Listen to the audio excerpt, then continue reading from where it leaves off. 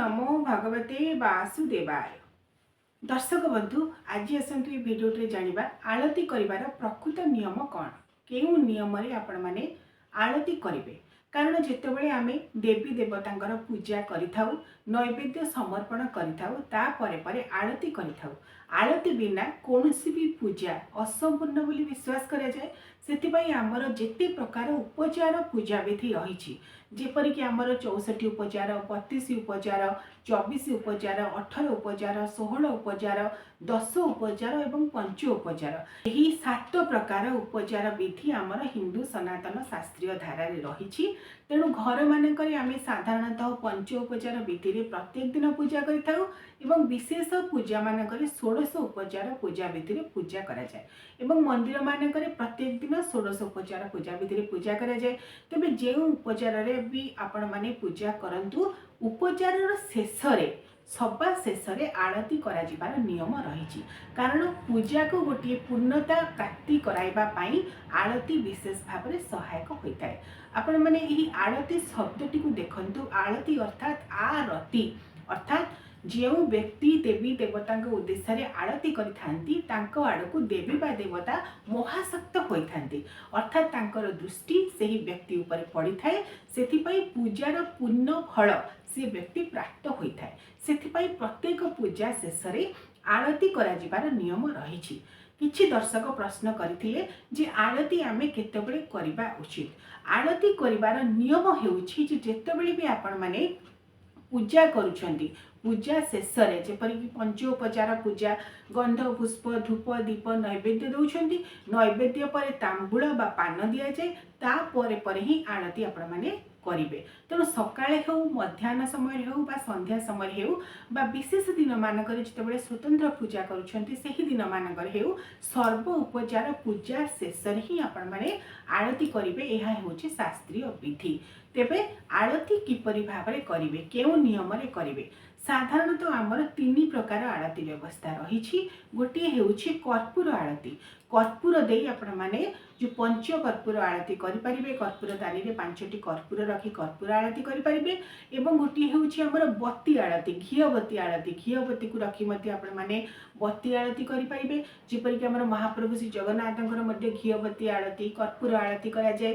ता सहित स्वतंत्र भाव में महाप्रभु पाखरे पिष्टका बत्ती बा पिष्टक आलती करा जाए, जहा हेउछि अरुआ चाउल दही सहित गोटे छाटण मोटा छाटण प्रस्तुत करा जाए, ता सहित कर्पूर गुंड मिसा जाए। ये स्वतंत्र विधि रे महाप्रभु को पिष्टकावर्ती आलती प्रदान करा जाए प्रत्येक दिन।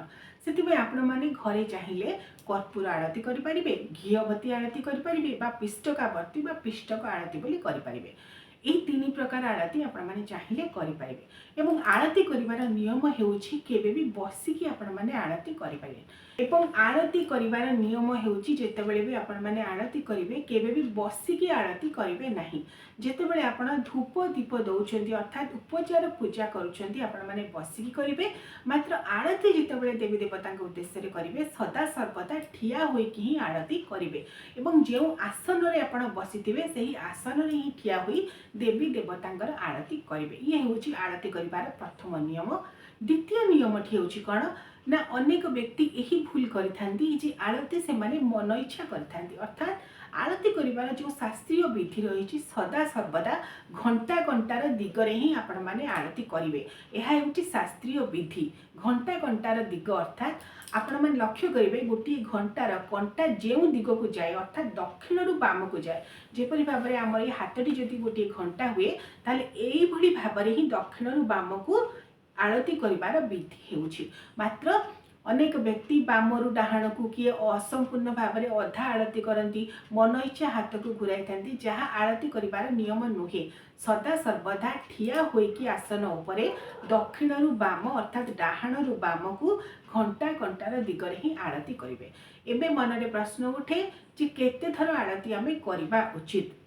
भोग परे नैवेद्य समर्पण परे तांबूल समर्पण परे जितेबाला आपण माने आलती करूछंती मने रखिबे सदा सर्वदा 7 थर आलती करिवार नियम रही। 7 थर आलती केउठी केउठी करिवे ना, जो देवी बा देवतांक उद्देश्य रे आपण माने आलती प्रदान करूछंती तांकर 2 पादरे 2 थर आलती करिवे। सेही विधि रे घंटा घंटार दिगरे अर्थात दक्षिण रु बाम को करिवे।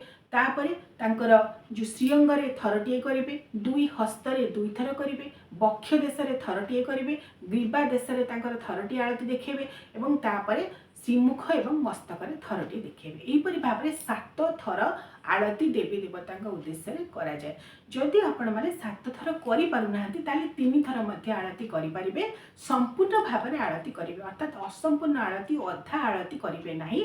तो आपणकर हस्तटी जेपरि भाव में दक्षिण बाम को बा डाहाण बाम को संपूर्ण भाव में 3 थर बा 7 थर आपण आळती एही भितरे करिपारिबे। जेपरि भाव में तांकर पदरे श्रीअंगरे एवं बक्ष देशरे हस्तरे ग्रीबारे मस्तकरे एही जगह गुड़िकरे आपण माने आळती को प्रदर्शन कराई कर्पूर आळती बा घिओबत्ती आळती बा पिष्टकाबत्ती बा पिष्टक आळती आपण माने करिपारिबे भोग नैवेद्य अर्पण शेषरे। तेणु आळती जितेबाला करुछंती केते गुड़ाए नियम को निहाती भाव में मानिबा को पड़े। जदि आमे किछि नियम को मानिबा किछि विधि को मानिबा जहाँ आमर सामर्थ्य मते आमे करि परिबा ताहा द्वारा पूजार पूर्ण फल एवं पुण्य फल आमे प्राप्त होई परिबा। सेतिपई आमर हिंदू सनातन धर्म रे अनेक गुड़ाए विधि रही, अनेक गुड़िए संस्कार रही, ताहाको जदि आमे माने मानिबा ताहा निश्चित शुभप्रद होइथाय।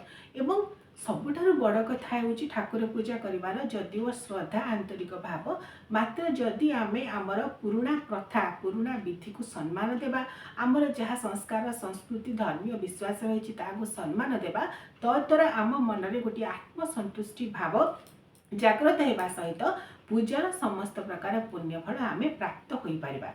तेणु जो मैंने आरती करुछंती सदा सर्वदा देवी देवता कृपा दृष्टि रही था, पूजार पुण्यफल से प्राप्त करती। मात्र जदि यही नियम गुड़ी को मानी से माने पूर्ण समर्पित भाव में आरती करेंगे ताहले ही पूजार पुण्यफल प्राप्त हो पारे।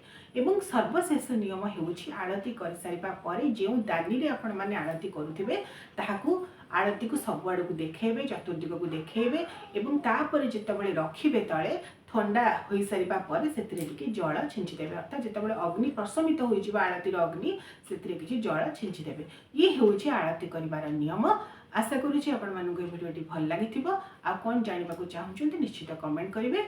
ओम नमो लक्ष्मी नारायण।